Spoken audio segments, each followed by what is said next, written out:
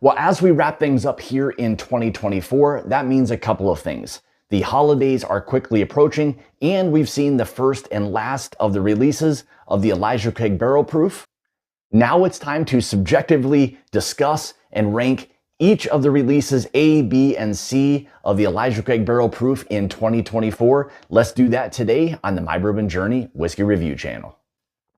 All right, so as we were talking before, we are going to, as much as we can, subjectively discuss and rank each batch of the Elijah Craig Barrel Proof releases here in 2024, being the A, B, and C batches. So A, B, and C right there in front of you. So how we're going to approach this year is we're going to simply go from A, B, and C, give you some of the specs. I will go through both the nose and the palate of each one of them. Try to decipher as much as possible, see if anything has opened up, changed, whatever it may be over the course of this year, and kind of give you my thoughts overall on what the Elijah Craig Barrel Proof batches A, B, and C had to offer here in 2024. All right, so let's start here on the left. So Elijah Craig Barrel Proof batch A124. This guy came in at 119 proof. Age on this one was 10 years, 9 months. So again, they've kind of come down a little bit in ages, especially from some of the prior releases being a minimum of 12 years. So let's go ahead and just break this thing down a little bit. We'll dive into both the nose and the palate, see exactly what this is giving us now, and see if there's anything that's kind of, again, changed throughout the year.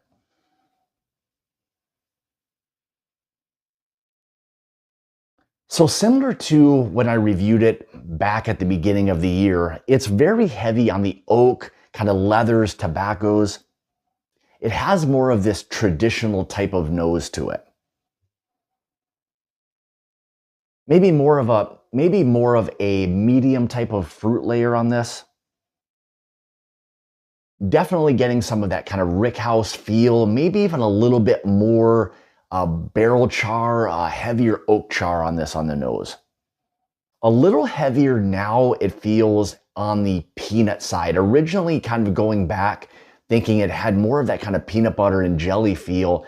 This is now kind of settled into more of what feels like that kind of peanut or peanut shell type of feel. You do get some of the richness of like a roasted coffee or a molasses, something along those lines. The nose on this still inviting, just I would say a little heavier on the oak and maybe leather and tobacco side of things. So let's go ahead and dive into the palate and see what this one's going to give us now. Cheers.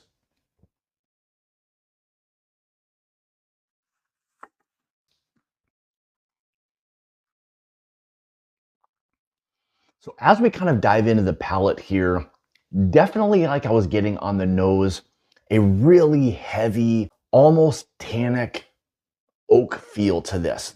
There are really heavy leathers, tobaccos, something that now kind of going back to it, I wasn't quite getting that back then, but it's almost slightly off-putting and it's kind of gone, dare I say, like bitter almost. And maybe you get into some of those chocolate notes, but at this point right now, it's very hard to get past that kind of heavy tannic oak, a lot of leather, a lot of tobaccos. It's almost eliminating any of that sweetness that should be there. You want to get some of those sweeter notes in the Elijah Craig Barrel Proofs, some more of those cherry, the brown sugars, the molasses, but this really has become so dominant leather tobacco that it seems to be eliminating all or any of the sweetness that was there. Again, more of that kind of peanut or peanut shell. So it's become, for me, more like very one-dimensional, something that doesn't allow for this to be the greatest of sipping bourbon. So there you have it. There's a little bit of my kind of quick interpretation of the A124. Again, very interesting to see how this is kind of developed or not developed throughout the year. So let's go ahead and move on to the B524. This started to kind of ramp up a little bit here in proof. A slight uptick here again in the age, not a huge amount, but what we had with this was this came in at 130 proof. Again, age on this was 11 years, 2 months, so up a little bit from the 10 years, 9 months from the A batch. So we'll kind of go through, see, has this kind of improved, stayed flat, or has it kind of digressed? So let's kind of go ahead and dive into this and see exactly what the B524 has to offer. Boy, so right away, already much more pleasant, not even remotely close to how leather, tobacco, oak, tannic the A124 really was. So already much more sweetness on the nose. Yeah, my first impression with this is a heavy, like vanilla cake batter or like a vanilla custard. Beautiful brown sugars on this. You know, this is kind of setting up to be really how it is that you want to kind of dive into or get into the Elijah Craig barrel proof batches. Little more oak, but it feels like a more rounded or balanced oak. A little more of that kind of rick house feel, a slightly sweeter oak on this one. Little hint of black pepper now. Here comes some of those cherry notes, some of the fruit, maybe like a cherry cobbler, something along those lines, a cherry pipe tobacco, maybe even a little bit of a slight flat or a cherry Coca-Cola feel. One of the things that was kind of interesting, even going back or thinking back to when I was doing the original review, there's this charred orange zest, and that's not always something that I pick up on with some of the ECBP releases, but this one has become a little bit more in the forefront. So I like kind of how this is really transitioned. You're getting a lot more, I'll say, different type of notes individually, but again, all working very cohesively together to really create so far a nice nose.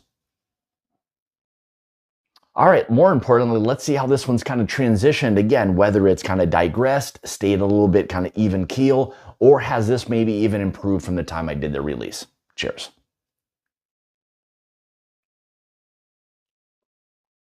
So what I'll say about this is immediately, it feels significantly improved.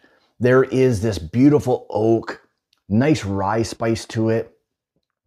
Even this really beautiful kind of chocolate cherry that's there. Again, a little bit of those leathers, tobaccos, which is something you oftentimes will get with some of the ECBPs, definitely with that oak influence. But so far, this feels like it's much more balanced than what I remember it being when I reviewed the B524 during the middle part of 2024.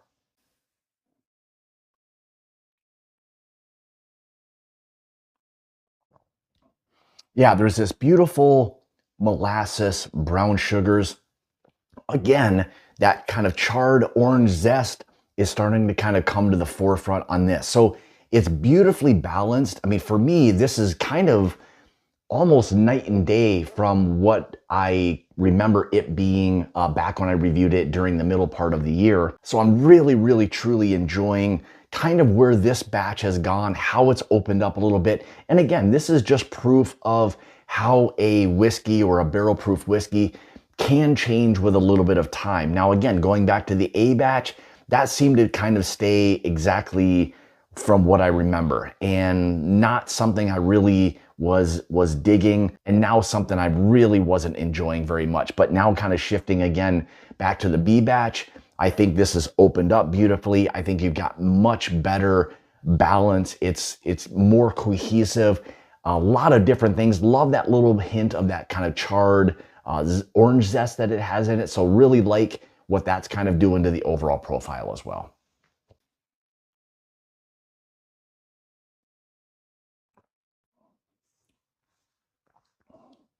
Yeah, again, I think overall how the B batch was and how it is now really feels like it has improved significantly. I love, again, how well balanced it is. I love the kind of orange zest that it has there, that beautiful rickhouse oak, beautiful brown sugars, a nice molasses note. Again, I think how the B524 has developed is really something that's impressing me and has kind of put this now back on the map of something to be significantly excited about and kind of moving into how or what the C924 was going to give us. All right, so here we are now, C924.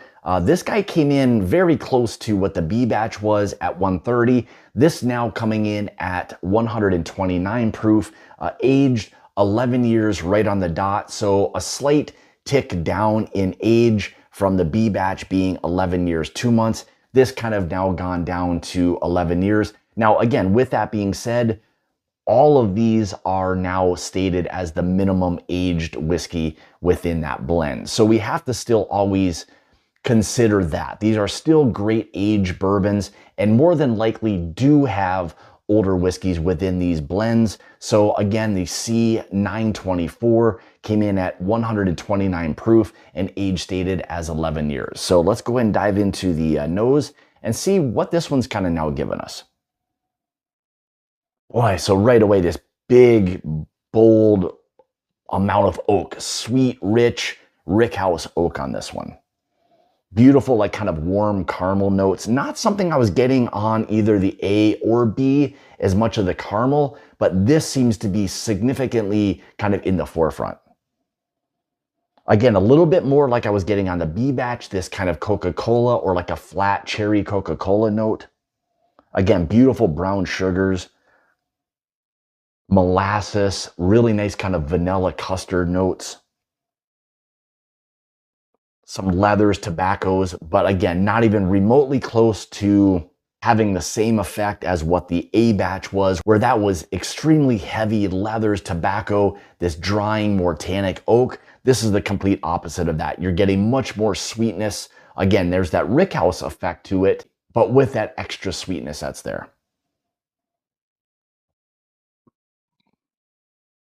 The one thing that was slightly different on the nose with the C batch was this slight kind of uptick or this little bit of a hint of corn. I wasn't really getting that on either the A or B, but there is a little bit more of this kind of corn presence on the nose here in the C batch. All right, more importantly, let's see exactly if the C batch has stayed the same, changed, or has kind of really done nothing since the time I released it. Cheers.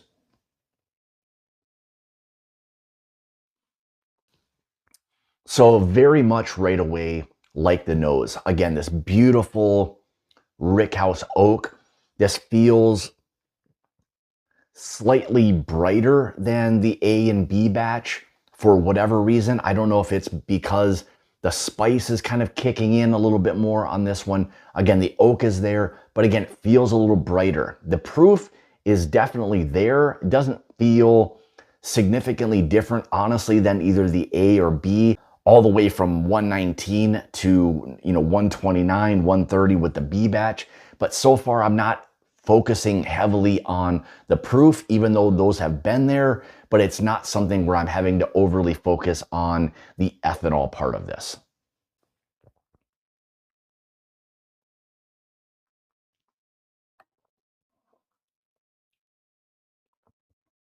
It feels very rich. You do get a lot of those beautiful, again, kind of brown sugars, molasses, again on the palate, a little bit of that kind of flat cherry Coca-Cola. A lot like the B batch, to be honest. There's not a huge difference. I remember doing the review and thinking that this was a little bit closer to what the C923 has to offer, but really now tasting them all together, the B and C really seem to be significantly closer, maybe on the C minus a little bit of that orange zest. I'm not picking up nearly the amount of charred orange zest as I was on the B batch, but overall, this cohesive blend and balance is something that I really truly appreciate about with the C924.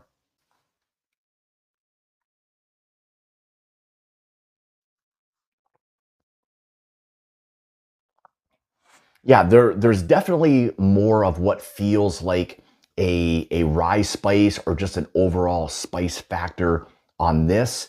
Again, the B batch was beautiful as well. That felt a little bit richer, a little bit more dynamic, maybe blended a little bit better than this. There's this slight brightness that this has on it. But overall, I think, again, the C batch for me was always a really fantastic bottle, and one that I would have no problem if people wanted to either back this up or back the B batch up. I think for, again, those prices of around $75, I think either the B or the C would be, worthy of that. I think they're both extremely sippable bourbons, both blended extremely well. And again, we're not very far off of the B and C being significantly different in terms of their stats. The B batch being 11 years, 2 months, the C batch being 11 years right on the nose. So again, not a lot of difference there. Now again, depending on when these things were blended and either bottled, they could have been done a little bit closer to each other than maybe the A batch. So overall, what does it mean for the Elijah Craig Barrel Proof batches A, B, and C?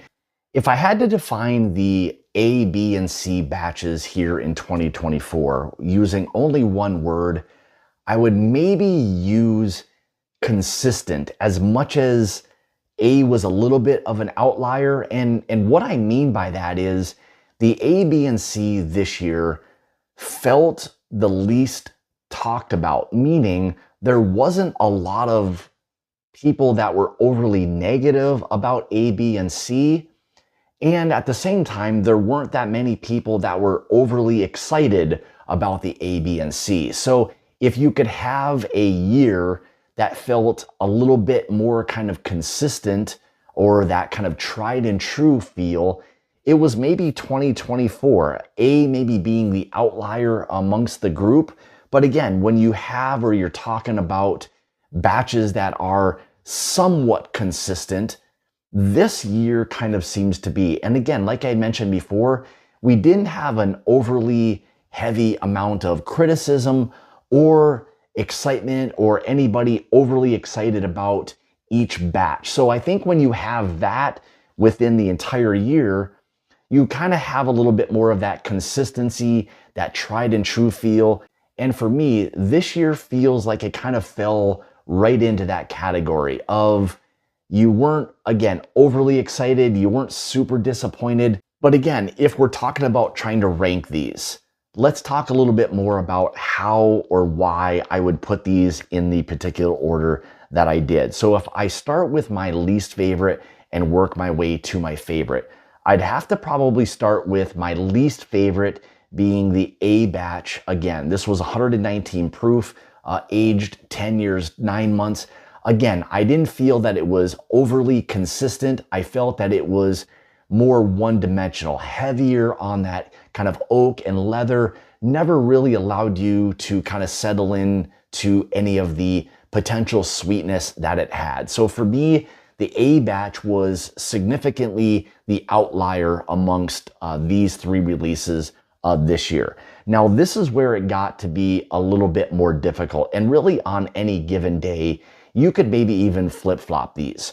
But if I was going to rank my second favorite batch of the Elijah Craig Barrel Proofs, it would probably be the C batch. I really enjoyed how this batch kind of set up, the balance that it had. I felt that it was an extremely well done batch. And for me, if there's people that wanted to buy a second one of these, I'd have no issue with that at all. Again, $75.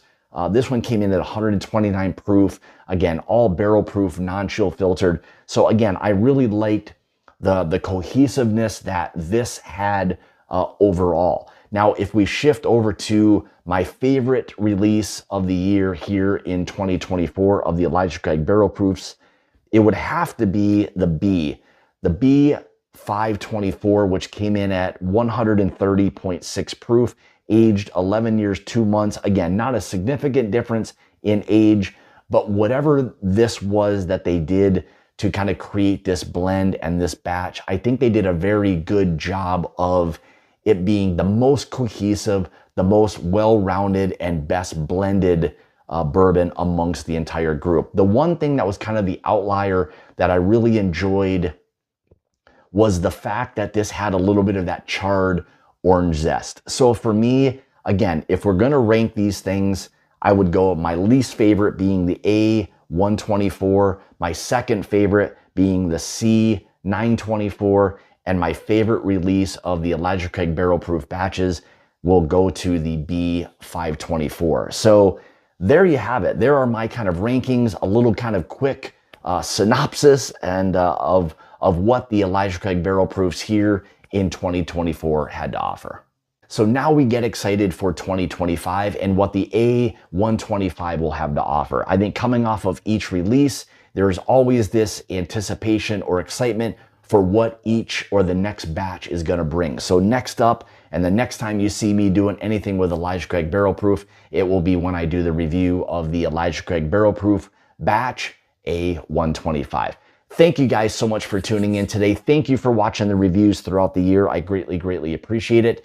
Now the big question is, how would you rank them? My rankings again would be from least to favorite, A, C, B. There you have it. Leave a comment below. Let me know your thoughts on how you would rank them, what it is that you disliked and or liked about each batch. I would love for not only you to share that with me, but for the other people watching the review. So thank you for that. So with that being said, if you'd like to follow me, you can on Facebook and Instagram, those places at My Bourbon Journey. If you'd like to help support the channel and become part of the Mash and Journey Whiskey Club, make sure you check out that Patreon link in the description below. That down there with a lot of other great things for you as well. So again, with that being said, thank you guys. And as always, it's about the journey and not the destination. Cheers. We'll see you in 2025.